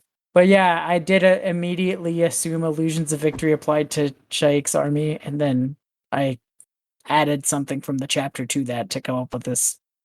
For our listeners' sake, and no one else, the epigraph essentially talks about how young idealistic people usually take the place of the people who came before them, and sort of the horror of war is reprised with each generation. I had thought about the Malazan army and the Crow clan, where there were a bunch of young, untested people, recruits. And so when I saw each newly arrived generation, the nightmare is reprised by innocence. That's where my mind went. But yeah, I think maybe Shaik's rebellion has the same problem. At least some of them, including Shaik herself. Right, because she did take over for an older woman. Do you really think Cotillion wants to save the Malazan Empire in his own way? I think so. I think he was pretty loyal to the Malazan Empire, and I think it's also the Empire isn't a person. It seems like the Empire is also more of like an idea, a concept. So. And ideas are bulletproof. Oh God. Hey, that's a great movie. It's an album, and I have a really bad tattoo of the album cover on my thigh. Oh. Wait, which album is this? That I want to get covered up. What album is this? It's by a punk band called The Pissed. I have 3 of their album covers covering my thigh, and it's a really bad tattoo that never got finished. And I want it covered. And I wanted to put a Malazan tattoo there, but the Malazan tattoo I want will not cover it. So it's not gonna work. You need to get multiple Malazan tattoos. I think I'm getting a Malazan tattoo after my first paycheck. Oh yeah. Is it something you can tell us about, or is it spoilery? I haven't decided what it is yet. Oh, okay. Listeners, join Discord and tell Hurin what he should get on his. Yes, everyone give Hurin ideas for Malazan tattoos. If he doesn't like them, maybe I will. I want to get Fandere and Tog in front of the Beast Throne because their story cool. Mirrors my wife and I's story. You're a wolf that lived 300,000 years before finding her? Well, we were separated for 9 years before we got together. Not quite 300,000, but feels like it. And then you hijacked another person's body to eventually reunite with her. Okay, all right. It's a loose reflection here. There's metaphorical similarities. Excellent. I look forward to seeing what everyone represents in the story. It's not allegorical. Who is your not tool? Allegorical. We get another hint as to Tavor's character in this chapter when there is just chaos in the grounds and someone has to be humiliated because of the just disorganization of the recruits. She takes it upon herself. Yeah, she's like that part makes her a good leader. But speaking of that scene, Grub. Oh my goodness. That now I understand the fist in the air with a bone in the hand in the fist. And they made that into their standard. Because Strings is a clever guy. I love this story about Nock and the snakes. Yeah, it's kind of bizarre. Well, Strings didn't come up with the standard. He came up with turning the omen. Right. And then Tavor picked up on that with the standard. Yeah. It also shows how sharp Tavor is. Because she doesn't shut it down, which would have been disastrous. She understands it right away. Yeah. Yeah, that was that when you asked me about my opinions of Tavor, and I almost went into all that. That's what I was going to say, is that showed me that she's competent more than anything else, was that she went along with that and ran with it even further. Can you imagine being Captain Kaneb, I think, yeah. Kaneb. Like, your child just ran out and basically doomed the entire army. Oh my god. Poor guy. But of course, none of the soldiers blame the kid. No. Because they see it as a supernatural thing. Yes. But then he would have been Didn't somebody accuse Blistig of setting it up? That's yeah. true. Sort of. It was somebody like, did. I don't know that it wasn't you. And then It was a that it gamut. Yeah. Blistig also shows a bit of character here. He says, "You may not trust me, but Keneb is a good man," and that's what convinces Gamut. Keneb has been through a time. Who hasn't? And he still is facing doubts, right? Because he's the only one that survived from his squad or whatever company, and usually that's seen as, well, you are a coward. Or a traitor. Yeah, or a traitor. Or an incompetent commander who got all your people killed. That too. Well, and he was on his way to assassinate his commander before the rebellion broke out. He was because the commander was like beating up their Manila. Yeah, Manila, and then he traveled through the Imperial Warren, and then he like put two and two together about Malacrel, and now he's marching right back into the desert. Like, this guy has gone through it. Yep. I like him. A very under-highlighted character. He like kind of flies under the radar a little bit, but he's been like all through all this stuff. Yeah, we don't really get much of him in this book yet. And everybody wants to know Tamber. What's Tamber? Who's Tamber? Tavor's lover, right? Yes. That's all we know. Maybe Erickson likes the name Amber, and he's just like, I'll just put a T in front of it. I wouldn't Don't forget the apostrophe. Tamber. But Tavor and Tamber, it does have a nice ring to it. Tamber and Tavor. Tambor? Is that their ship name? I think so. Tambor. Any quotes? Well, we haven't talked about Pearl and Lystara. Oh, yes. And those. Lystara makes Truth fall in love. No, was it Truth? Yeah, it was Truth. Because initially she interrogated Pella. Right. Yeah, Truth just comes up to her, and then she, has a very imperious tone on talking to her, and she's like, "Wow, this guy's a crush on me." And from this, I gather that Truth is kind of the stereotypical beta male. He really wants, a strong woman to tell him what to do. Who doesn't? Pearl waking Stormy from his sleep. What a scene. Mm-hmm. But also, don't mess with Stormy. Yeah, seriously. I mean, was it Gessler was like, "You want to wake him? Be my guest." Yep. You wake him. Go ahead. The Duke could take a punch from Cotillion and or Co-Crust. Yeah. He also displays somewhat superhuman strength here. Yes. He picks Pearl up and flips him away. One hand. Yes. That's cool. I think he said he was like turning around in the air. And then he needed a healer afterwards. But I mean, credit to Pearl for keeping it together until he was out of there.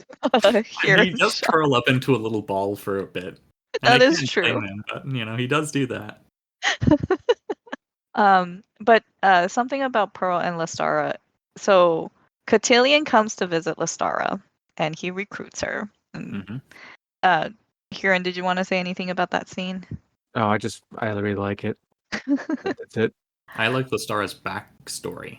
I think the concept of a shadow dancer and everything that entails is really cool. And she had a nice cover when Pearl came in. Yeah.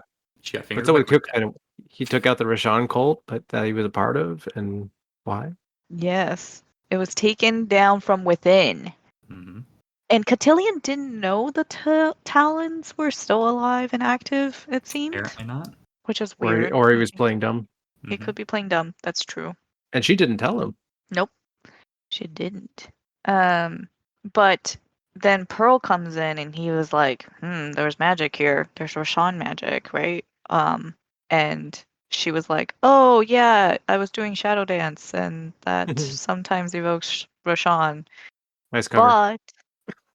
But then when they were on the Salanda, Pearl's like, you don't feel anything? Because there's a bunch of different magic here, and there's Rashawn. And she's like, no. So are there any more heads down there? So you think Pearl's onto her? I think so. I think it'll play out like towards the end of the book. I like that we get a more sympathetic portrayal of the Red Blades in this book. because Yes. they didn't come across in a good light for most of Jeto's Gates, except for the assassination of Shaik, which showed that they were like the only competent force on the continent before Coltane arrived. A lot of it was Tenny Beralto. Yeah, he's a cool guy. A fist But now, not- I really think I like Tenny Beralto. Well, I don't know that they get portrayed in a good light in this, but we at least get a sense of like why people would enlist in the Red Blades and do those things. Like, not that it justifies it necessarily, but like the atrocities committed like by the people that were in charge before the Empire comes in. Yeah, they were betrayed by the Seven Cities, so they would betray Seven Cities. Mm-hmm. But they are also the only loyal, competent, unbroken troops that Tavor has at the moment, which, that seems favorable to me. You're all I have left. Okay. Oh, there was something that we hadn't talked about. Silgar? Oh. Well, I think is that chapter 10? Oh no, that was chapter 7. Chapter Sorry. 7. Okay. Okay, so before we move on, in chapter 7, so when Haboric went to visit Bidithal, Silgar was out there, and after Haboric came out, he saw that Silgar had drew chains surrounding a figure with stumps instead of hands. I think this is foreshadowing. Ooh. I don't know. Like Silgar has some sort of a link with House of Chains.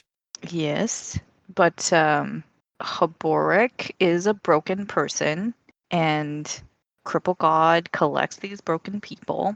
And if the Cripple God got Haboric, because there's chaos or something else going on in Haboric, like he's like a vessel for two things maybe, and one of them is winning. And it's not the Odotarl. Right. So that's the foreshadowing. It's a foreshadowing. Yeah. And unsurprisingly, chains are everywhere in this book, right? Seriously, so many. So much. Chapter 9. Kalam goes shopping and makes contact with the Ashok Regiment. Cutter displays poor swimming capabilities and is rescued by a mysterious Teist Andi. Honorak lets loose the Hounds of Darkness. Troll and Honorak meet with some Teist Leosans and Tlanimas. I mean, I think Cutter, he didn't really stand a chance against the currents. No matter how good of a swimmer. But yes. We get our first glimpse of the Leosans. Yeah, they're nice guys. Yeah. I love Troll Sengar's response to them when they made him an offer to be a servant for them. He's like, man. You guys can take turns. Yeah. Yeah. Nice lesson in humility. Yeah. Yeah. Seems like you guys need it. I loved Onrak spit and fire at the Leosan. They were like, "You haven't answered our questions." And Onrak's like, "I agree that I have not answered them, nor do I feel compelled to do so. My kind has much experience with arrogant creatures. Although that experience is singular, in answer to their arrogance, we proclaimed eternal war until they cease to exist. I have always believed the Talani Moss should seek out a new enemy. There is, after all, no shortage to be noted amongst arrogant beings. Perhaps you Teist Leosan are numerous enough in your own realm to amuse us for a time." It's so good. Wow. That's my only quote for this chapter, so I wanted to get it out before Panda took it again. I'm sorry. Oh, you're fine. They are scary. They are scary. They're so cool. The Leosan seem like big jerks. They certainly seem like it, yeah. They're missing their god, too. Yeah. Hasn't been seen. Yeah, we've seen that in before, right? Yes, Osric traveled with Rake and Lady Envy for a time, but then they had a falling out. And then what happened? I don't know. So Osric, a god of the Leosan, was hanging out with like the guy in charge of the Teist Andi. That is correct. That's pretty cool. In a lot of ways, Animander is, a god of the Teist Andi as well. Top dog. He doesn't want to be considered that way, though. Nope. He's definitely not, but he kind of. He has the power. He has the authority. In a lot of ways, he is, but in a lot of ways, he's also not. The Leosan are looking for some trespassers. What do you guys think of that? Yeah. Who would that be? Who indeed? Oh, okay. So, correct me if I'm wrong. When You're the wrong. Oh, thanks. When the portal opened, because there was like wards guarding it, right? And then they blew it up. Was there fire in the portal? There was. So that makes me think of in Dead House when like Stormy and Gessler were on the Salanda and then they were following the undead dragon, going through the warren of fire. That's my guess, is those are the intruders. An interesting guess. Well, I suspect that warren of fire is the Talon one. Why would it be? Because the Talon are fire aspected and because the dragon was a Talon mass bonecaster. Yeah, but the dragon was like flying through a bunch of warrens. Yes. That it was. But the warren they went through when they caught on fire, like the dragon opened the way into that warren. And okay. That's the only fire warren I know of. So I'm going with Talon. But then if the Talon, no, the Teist Leosin came out of that fiery portal, then they would have been coming out of the Talon warren. I don't know about that. I'm just gonna say it. They do not live in the Talon warren. I'm not saying they live in the Talon warren. Okay. I'm saying the fiery warren that Odin and Gessler and Stormy got burned by, that she was just referencing, was the Talon warren. Burned. Right. Yeah, bronzed, whatever. Gifted with superhuman abilities. Sure. Okay. Well, I guess I think it was the Talon warren. Anyway. There was another. Well, when Tashrin opened a warren to douse Cawlor in fire. Yeah, Tashrin also uses a fire warren. That's true. I could be wrong, but that's what I'm going with. Yeah. So there are a couple of options, but for now, with the information that I have in my brain, I'm gonna guess it's from Dead House Gates. What do you guys think of this Darist fellow who rescues Cutter? He's a cheery fellow. Yeah. He's old. He's resentful of Animender and thinks he should renounce his draconic blood. Is he a purist? He's not Leosin, we know that. He's not Leosin. He seems to maybe still favor Mother Dark over the Embrace of the Dragon warren, at least. Mm-hmm. I don't know, this whole sending mortals to go hang out on the Teist Island is pretty awesome and interesting to me. I want to see where it goes. He's also, I think, the first old Teist Andy we see. Mm-hmm. The others are all young, and this guy's really old. And there are invaders on the island, right, on the surface. And those are probably the Edor, right? Yeah. But then why is this important to Cotillion? That's what I don't know. And Cutter was like, dang it, I should have asked. Why do you want to know this information? I really like Kalam's new daggers. I think they're really cool. And we They also are really cool.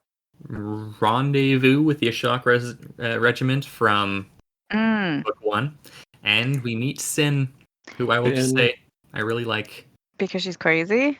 I have a thing for damaged women, in case you Yeah. know. Yeah. Well, she's not really a woman, right? Girl. I feel sort of uncomfortable saying damaged females. Sounds a bit objectifying. I don't know. You sound like a Varangi. Speaking of the knives that Kalam picked up, so one of them is invested by a Toblakai, right? Specifically, Belladin Skullcrusher. Yes. I think it was just implied that it was Belladin. Well, yeah, because his name came up, at least. Yeah. Well, Kalam notes to himself that the High Mage Belladin Skullcrusher was dead. But we know that it's not Coltane's knife, so I'm thinking it's Bolt's. Yeah, I don't know. That whole segment, I have no idea who it belonged to. It'd just be an unnamed Coltane or an unnamed Wiccan warrior. Yeah, that'd be pretty high up though to have that kind of knife. Yeah. We only really get like 2 Wiccans that aren't warlocks, so that are high up. So that's why I'm like, it's gotta be Bolt, right? Yeah, it could be Bolt. And he gets an Otoral dagger too. Yeah. He does. And the adjunct has an Otoral sword, and that's a big deal. Aaron has one too. Yeah. So I mean, they're not rare, are they? They're just They're you very get one, rare. you get They're one. very, very. I'm kidding. Their supply is also very strictly controlled by the Malazans, obviously. Speaking of Kalam, though, a shadow diamond demon. Yeah, with 2 penises. With 2 penises. With 2 penises, and when he pees on Kalam's tent, it bursts up in flames. Yeah. Shadow demons are pretty interesting demon. I immediately was just like, we have no overt, explicit genital references for like 3 books and change, and the first time we do, it's a demon with 2 penises. Yup. At first, I was like, "Why are you telling me this?" And then he like peed on it and caught fire. I was like, "Okay." And it's the stench, Justified. the smell. Ugh. He He vomited. also traded a bunch of these to that trader who seems to know what they are. Yeah. It's the shadow that makes them valuable. And he's like, yeah, I know. See, when we were reading that, because it was before this scene, like I didn't know. And then after we find out, like you just blow on this little bone flute or whatever. And if Kalam blows too hard, then all of them would show up. Wait, okay, does that mean when he was first saying that, I thought he was talking about the hounds, and I had so I didn't see those demons coming. If Kalam blows on the flute and awakens all of them, would that awaken the ones with the trader as well, or that would be too far away? I think it's just the ones within earshot. Okay. Yeah, that's probably the volume. Why the volume matters. Okay. Well, then what is the trader gonna do with? I guess he could sell them. Yeah. or maybe he has a flute himself. He has a lot of cool stuff, right? That is true. Yeah, man, It's that like demon's scary. It's like the magic item shop that every D&D player thinks is just gonna be in town. If we go back to the Ashok regiment, one thing that really stood up for me in that whole thing when Kalam was pretending to be, a part of the rebellion again, he's quite good at it, thanks to being a Seven Cities native. He noticed that when he said that he was part of the dog killers, and the dog everybody slayers. and everyone was blessing the chain of dogs, and he was just like, "Wow, what happened here?" Like, how insane is it that like people started worshiping Coltane and crew, even though they were trying to kill them? Right. Yeah, and later on, like Tavor and Gamut, they all saw basically it kind of became a shrine, right? The battlefield where people came and left things to honor them. Yeah, even the Semk. Yeah, like why couldn't you have just not killed them in the first place? Well, every continent needs a panda. Thank you were only there to tell them. I know. They would have stopped and they're like, wait, we should be following this guy. She's right. I probably would lose my head really quickly. It's like Romans after the death of Christ becoming Christians. Sort of. A little bit. What did the Romans ever do for us? The Romans weren't the ones that killed him, quote unquote. True. Pilate washed his hands of it. Yes, very famously. Captain Kindly and Lieutenant Pores, quote unquote, drowned. I don't buy it. I don't think they drowned. No? No. Anytime somebody drowns, I'm just like, no. Okay, who has come back from being drowned so far? Nobody explicitly, right? That's not true. We totally got at least a confirmation of one of the Crust brothers. Wow. Both. Both got from the crew that thinks he's Cartheron. Could just be somebody pretending to be Cartheron. Yeah. No. People Or maybe his name starts with Carther. Yeah. Whatever. Maybe it's Carther-run. But yes, Jasnah is right. At least both of the Crust brothers have been confirmed. So the confirmation for me is that Gessler describes Urko and describes how he punches. And it's a description of the keeper. I mean, that's That's enough for me. Probably coincidental. Fuck, the elders probably did. No, I think he's still alive. Monarch Oakham, I think he's really, really cool. Wait, Monarch who's that Oakham. again? He's the Talon Bonecaster that shows up.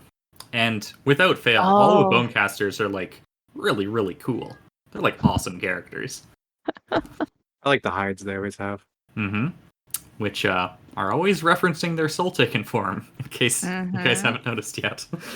So what do you think this guy's soul-taken form is? I forget what the description was. Let's see. The fourth figure stood a pace behind and to Troll's right. This one was massively boned, its arms disproportionately long. The fur riding its shoulders was black, fading to silver as it rose up to surround the Bonecaster's head in a mangled hood. Gorilla? Gorilla would make sense. I was also thinking maybe a wolf, but I don't know. I don't know if wolves have black. This has long arms. Yeah, the long arms. Well, you know the answer here. Oh, I forgot then. Okay. Okay. Gorilla. Or a lemur. A black lemur. Yeah, a lemur. It's just... But it's useful as an Arctic fox. Hey, Arctic foxes are cute. They are. But, And yummy. Pranchel would turn into a desiccated skeleton Arctic fox, which, I don't know, maybe that's still cute to you, but... Yeah, probably not. Do you think there's any red panda bonecasters out there? I don't know. Maybe Probably you could be not. the first. I don't really want to be undead and No, desiccated. they weren't undead at first. But they could only turn into. Did they have their soul taken when they were? Oh, okay. Yeah. Yep. Before the Kalava ritual. definitely did. Okay. Well then, yay! I'll be that. Oh, that would be an interesting cosplay.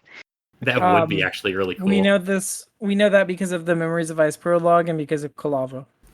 Yes, good point. Totally forgot. Man, how weird is Olar Ethel for having the ability to transform into a dragon, eh? Yeah, what's up with that? What's up with that? Wow. Shall we go on to quotes? Yes. Anyone have any? No. Okay, I got one because it's just Darist being depressed, Teist, and Cutter telling him to shut up. Death is not an unkind fate, Darist said above him. If she was a friend, you will miss her company, and that is the true source of your grief. Your sorrow is for yourself. My words may displease you, but I speak from experience. I have felt the deaths of many of my kin, and I mourn the space and time where they once stood. But such losses serve only to ease my own impending demise. Cutter stared up at the Taistendi. Darist, forgive me. You may be old, but you are also a damn fool. And I begin to understand why Rake left you here and forgot about you. Now kindly shut up. I was just sitting here moping. It's like, another one of my friends died. I guess I can join them soon enough. The way you just phrased that reminds me of I'm blanking on the name, but from Hitchhiker's Guide. Marvin, the very depressed robot. Darist is Marvin. They got it. Alan Rickman was perfect for that role. Alan Rickman was perfect for every role he was in. Pretty much, yeah. There was a discussion about the giant statues, which we have now learned there's more than one jade statue. And this is Troll Sengar to Onrak. Do you think we raise these giant statues, Onrak? Do your bonecasters also believe that power begins as a thing devoid of shape and thus beyond control? And that to carve out an icon or make a circle of stones actually forces order upon that power? Onrak cocked his head, was silent for a time.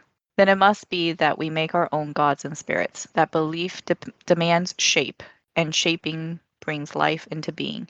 Yet we're not the Tice Eater fashioned by Mother Dark. Did not your goddess create you? And then Onrak's like, yeah, we're not going to talk about that, about us being created. But this was making me think about the 10 Commandments where God instructed the Israelites to not create idols, like don't create false idols. There is not to be an idol image of God, but people do it anyway. And this was what I was talking about before, that there's this natural tendency for humans to give shape to the abstract. to make things more tangible and put order to things. And so, in a way, humans are the opposite of chaos. Yeah, we certainly try our best a lot of times. So what this little piece made me think of is whether Karsa gets any kind of control or imposes any kind of order on the Seven by carving his statues. Mm-hmm. Yeah, that's a good point. Yeah. Art is dangerous stuff. Well, Be careful with it. Onrak says back to Troll, the need to make such vessels is a mortal's need. That one can rest eyes on the thing one worships is an assertion of control at worst, or at best the illusion that one can negotiate over one's own fate. So maybe this is also saying something like, if you believe you have control, that can manifest, and you could actually have control. Because something that what's his face, Carson noted, was that the Seven, when they showed up in the carvings, like they were pretty weak, as well. But then he also basically manifested Bayroth. Bayroth Guild and Delum Thord. Yeah. Maybe war leader. Mm-hmm. I was actually really moved by that part. Yeah. Yeah, I really love the philosophy that characters talk about and argue about because, Erickson, these are all really good questions, and no one is making stupid points here. They're all very valid, and we don't get an answer. It's up to the reader to figure out where they stand here. Mm-hmm. I had said that I would bring up Rylanderus. Mm-hmm. So Decembelakis was the founder of the human first empire, and long vanished by the time of the unleashing of the beast ritual. But he did turn into a diver of 7 beasts. So what it said. And Rylanderus is at least 6 wolves. So I don't know. And Treach fought him and defeated him at one point. Mm-hmm. They're brothers, right? Oh, who? I think so. Treach and Relandrus. Doesn't Treach say that in Memories of Ice? I do not remember. The word brother is used ambiguously a lot of the time in these books. I'm honestly not sure if they are biological brothers or they just have Mappo called him the brother of Treach. Yeah, so maybe. So they've been referred to as brothers multiple times then. Because I'm pretty sure Treach says something in when he's talking to Kalava. Brother can mean many things. Brethren. Yeah.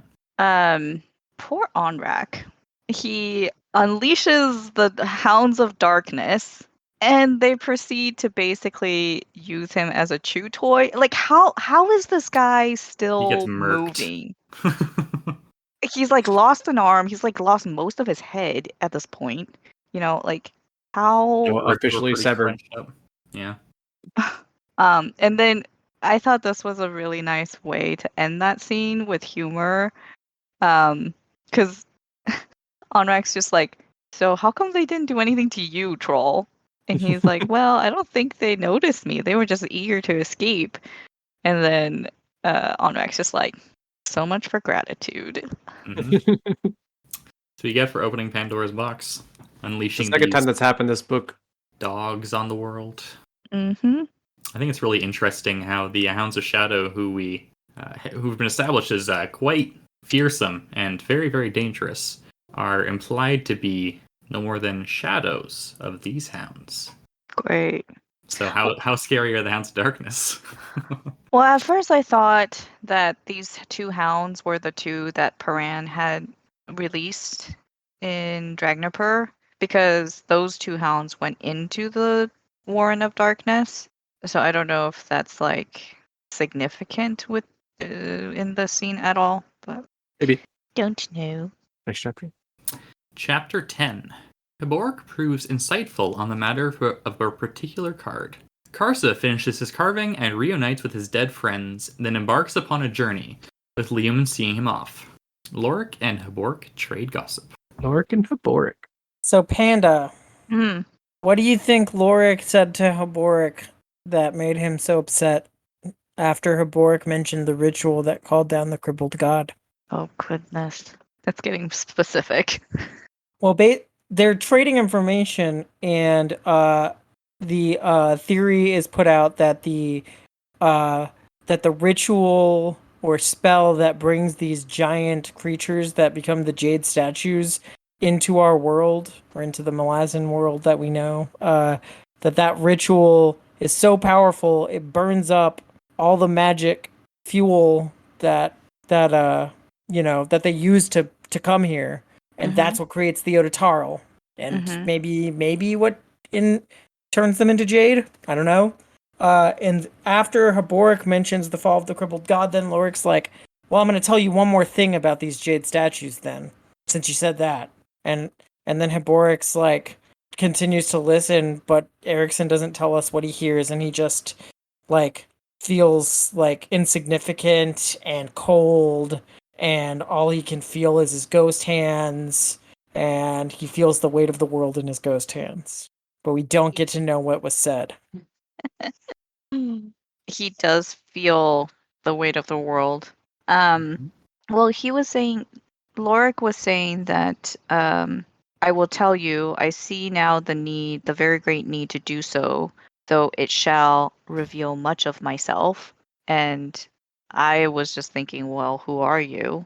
And I do have a theory, probably very, very wrong, but Lorik, Osric, maybe same person? And then Rick.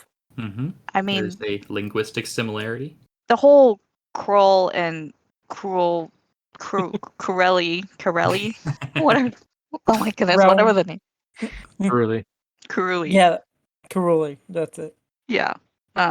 So yeah, I don't know. I mean, the two possible ways that Otataro came to be were what you said, or the like the falling of the crippled god, right? That was an example of a ritual that could create enough power to consume all the magical power, like fuel for the ritual. Because a bunch of mages got together to bring down the crippled god. So he's referring to the ritual, right? The calling, not the fall itself, but the calling of the crippled god. Mm-hmm. Okay. Yeah. Lorik also posits that maybe someone was ensuring that there was Otatarl there for the jade statues when they arrived. Right. Well, and that's when Habork's like, no, it's the other way around. Yeah, because like Felison Younger was saying, they created a whole island of Otataro to hold the jade statue. So even she had a different view of it.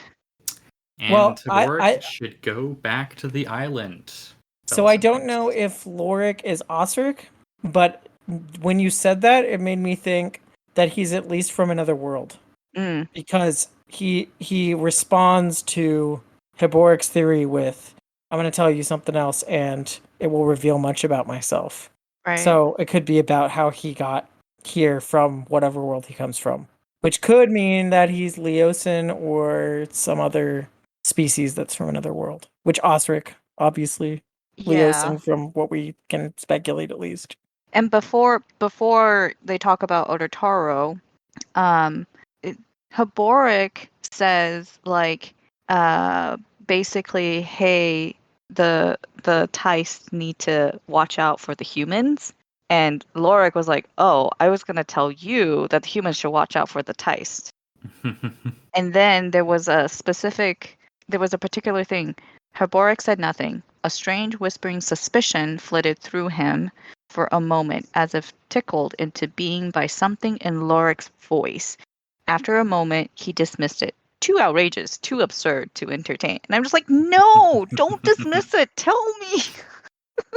Yeah, imagine there was a bunch of immortal beings tyrannizing humans. Wouldn't that be awful? Doing what to humans? Tyrannizing. That's what Lorik is saying. It's like, how do you think history would look if the personalities that shape empires were immortal? Yeah, what if? Yeah, sorry, I don't have a satisfactory answer. We get a little insight into how Tenno Spirit Walker sorcery works and how it's elliptical. And I thought that, Eric's writing is elliptical, Tenno sorcery is elliptical, so I think this is going to come up again sometime. Yes, and it's Fiddler or Kalam, I think, would be the ones to sanctify the song. Or both. Or both. But it just needs one of them, right? Raraku. Bridgeburn needs to return to Raraku, but that's never going to happen. Yeah. Because all the Bridgeburners are dead. Yeah, they're all dead. Well, right. Except no. Dramatic irony. So, these beings that are encased in jade and are from another world. Yes. Do you think they are related to the cripple god in some way? Probably. Unless there is, like, yet another, group that hadn't been introduced formally. But I feel like that would be too much. All aliens are the same. Do you think they're cousins? Yeah, I was wondering if maybe they're like, oh, our little cousin got kidnapped by these beings on this planet. We're gonna go try to rescue him, and they keep getting caught in jade statue trying to go rescue their cousin or something. But it could be another species altogether. I don't know how big the crippled god is, so I don't know if he's a giant or not. He's ginormous, right? Because ever a continent, or well, sort of two continents. Yeah, I mean, his body parts were at least big enough to create craters. Yep. Yeah, I think I'm hoping that in book 3 of this book we will get more answers. Karen's giving me a look. How do you guys feel about everybody knowing Bidethal's plan to capture Felicin Younger and rape her and then take away her ability to reproduce, have sexual pleasure? She needs. She could still have kids. It's a genital mutilation. Oh, got it. Female genital mutilation is what he does to people. How do I feel about people knowing? I mean, not doing anything about it. Well, but they are taking Felicin Younger out of the equation, but they're not doing anything about the fact that he could do this to anybody else. Yes, except was it Haboric that says to him, like, hey, all the children are under Shaik's protection. Which, I mean, at some point, Bidethal, Shaik, and whatever, there's like one other, Febril. There will be some sort of conflict. Like at least one of them will be taken out of the equation.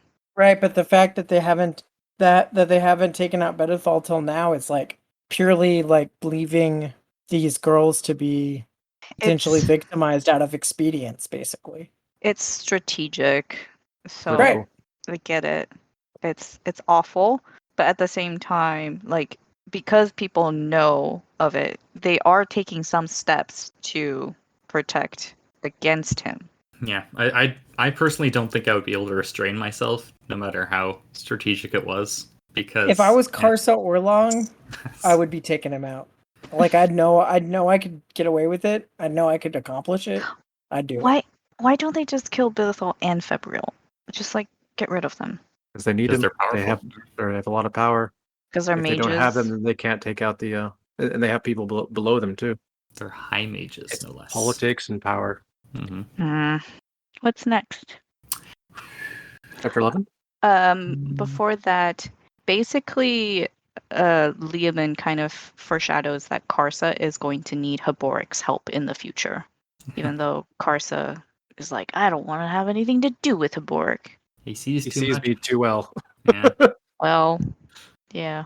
And Karsa has always been uncomfortable with people seeing him too well. He tries very hard not to let that happen. Corbelow Dom is narcissistic, and he thinks way too highly of his own abilities, and maybe has the hots for Whiskey Jack. I don't know. Yes. He thinks way too much about Whiskey Jack. Yeah. He wants a few ethnic cleansings. Only one way of living. Yeah. Like with like. I'm done. Chapter 11? Chapter 11. Tavor receives some bad news, and her army gets used to marching in desert. Bottle is a sneaky mofo, and Fiddler plays therapist. Cool. new mage who is has an interesting past. Mm. He also uses the old magic, like the Wiccans were doing in Deadhouse Gates. But he likes playing with Mianis. What does that say That's about fine. his personality? He's gunning. He is. He's like, you other two mages didn't feel anything at all? Can you even, like, turn a pebble? Have you tried making coins disappear yet? Oof. This chapter where Fiddler finds out about what happens to the bridge burners and everybody else on Genovacus, that was so heartbreaking. They don't find out the truth either. They find the official version of events Yes. where everybody dies, including Tavor is also under this impression. She thinks her brother's dead. Yes. And she doesn't know what happened to Felison. Nope. As she Tavor doesn't know that Perrin's alive, but Felison does. Mm-hmm. Felison knows that Tavor is alive as well, and where she is. Yes. Ron doesn't know about anything, really. So what I love about, like, my heart bleeds for Fiddler, but that scene is also perfectly shows what kind of person that Fiddler is, because he takes that grief and he helps Timul out with it. That even helped Fiddler out, you know. Yeah. It was good advice too. I really like the way he's like, hey, you know, maybe they could walk for a while. Take away their toys for a bit. Yeah, it was a great scene. What broke my heart was the earlier scene where Tavor, Tenebralta, and Gemmel go to Coltane's memorial where he died.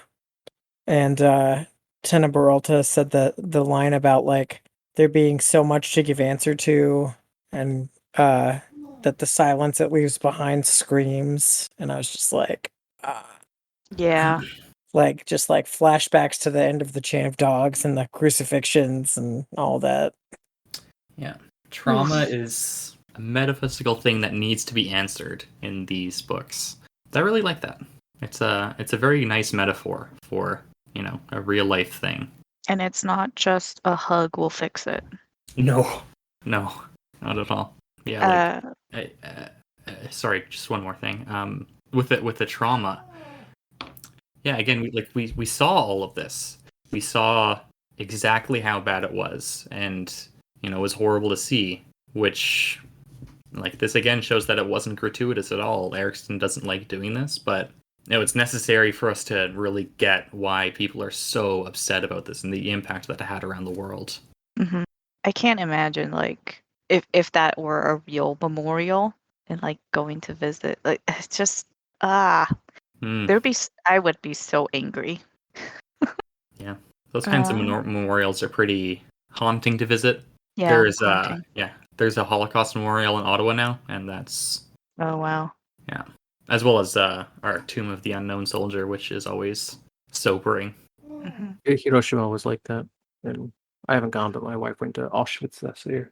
I've been to Pearl Harbor, and that one is just like when you still see the oil that's still leaking out of the ship, and you know that there are so many bodies entombed. Ugh. Yeah, and what the direct consequences of that action was, and how stupid and unnecessary it all was. Like, especially Pearl Harbor. On a more positive note, Fiddler finds out that Dweeker is likely still alive in some form, and Coltane is reborn. We get the confirmation. Not that it wasn't very heavily implied earlier, but Fiddler gets information. Do you think we'll ever meet Coltane again? I think so. Yeah, I think so.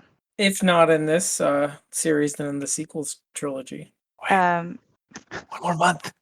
Oh. As of this recording. When I jumped off the waterfall into the creek this week, I was going, witness! Witness! That's awesome. Like Carson Orlong.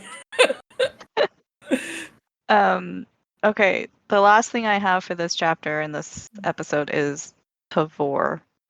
Tavor finding out that the outlawing of Dujak is deception, and her confidence is basically shattered. Like, The Empress So was never putting her faith in her. yeah, she was more of like a decoy. Yep. And now she has to have it on her in the same stroke. Yeah. That's And then rough. and we already mentioned how, Tavor was like so sending Felicen to the mines and probably killing her mother was all unnecessary because Paran wasn't actually an Disgrace. outlaw. Yeah. Although things weren't as simple as things are being told to her. And I doubt that the Empress would have allowed the Perron family to go unmolested anyways, because they had to keep up appearances. And a lot of what happened was just about appearances, like Tavor sending her sister off to the mines, proving her loyalty. Yeah. So that's going to be interesting leading into the rest of the book, how Tavor's going to respond. Yeah. You think Dujak's going to take command? Well, she was already thinking Dujak's going to be too late. Yeah. So I think it's going to be mostly on Tavor. Do you think Tavor and Felicen will have a confrontation? You already made that prediction. It's always time to update. Yeah. Yeah. I hope that they reconcile, but I'm also not holding my breath. And pretty much after every time we see Tavor, she ends with have Tamber sent to my tent. Yeah. Yeah. And then Gamut he shows disapproval here. Not because she's lesbian, because no one cares about that. But the only loss is to men. What kind of influence Tamber has over her. What kind of person Tamber is, and nobody knows. Yeah, and this gets back to how she's different from Lorne, because Lorne didn't have anybody until she met Tool, and then here Tavor is showing that she's human. She's not, just the arm of the Empress. Yeah. Although from the beginning, Lorne was trying to get Perrin to look at her. Well, sort of. I don't think it was an intentional thing, and she only really reflected on it later as, Perron's pretty cute. When Perrin goes to see her in the Imperial Palace, he's pretty convinced that she waited to finish changing so that it would be in front of him. Yeah, you're right. I mean, he could be wrong, but very egotistical. All the chicks dig me. I think he's either wrong or she was doing it she could have just been doing it to unbalance him. But I think she was that's getting undressed, and she said, "Come on in," because she just was a robot and she didn't, have a nudity taboo at that point. I disagree. I think she was into Perrin. I think that's actually his attractiveness is actually what first attracted. I think she discovers that she had that, but I don't think it was a conscious decision at all. No, wait, actually, there are other indications earlier in Gardens. Man, we're getting into the weeds. That she thought Perrin was attractive, which is not the same thing as what happens later, where she's thinking about we could have had something. It's a little there's she's looking at him as eye candy early in the story, but there's no emotions to it. Yeah, that guy's cute. Cool. Mm-hmm. Since we're 10, shall we call it, or does anybody else have anything else to talk about? I am really liking House of Chains this go through. Me too. I'm liking it a lot more than I did the first time. Me too. If books 3 and 4 are anywhere near as good, and they'll probably be better than this one was, this will be my favorite of the series so far. This one, I think we'll have a lot to talk about in the end. Oh gosh. Don't we always? Okay. Question for the rest of you. Prediction whether or not I'll be angry at the end of this book. Whether you'll be angry. I think it would be conflicted. Okay. I don't think I'll be angry. I think you'll be quite upset. Okay. Upset, angry, or just upset? A little bit of both. I think more just upset, but also a little bit angry. Like how angry I was with Memories of Ice, or less? Maybe more. I think a little bit less. Okay. All right. Cool. Thanks. I'm hoping for a big tragic ending like Deadhouse Gates had. I don't know how much I can take right now. I want my heart to break, I want to cry, and then I want to be relieved from it. Okay, I haven't actually full on sobbed, Like, I've gotten teary-eyed, but not like cried. So maybe this will be it. All right, take us out. That concludes this episode. If you want to join the read-along and/or contribute listener questions, check us out on the Legendarium's Discord. You can find the link on thelegendarium.com. Also, follow us on Twitter at Green Team Pod for updates and fun times. Check out the Legendarium podcast for Wheel of Time, Cosmere, Lord of the Rings content, and so much more. Thank you to our panelists, Ashaman, JasnahAsABoy, and BefuddledPanda. I'm Hurinfan. Until next time. Bye-bye. Pew. Annyeong. Pew Pew, pew. pew, pew.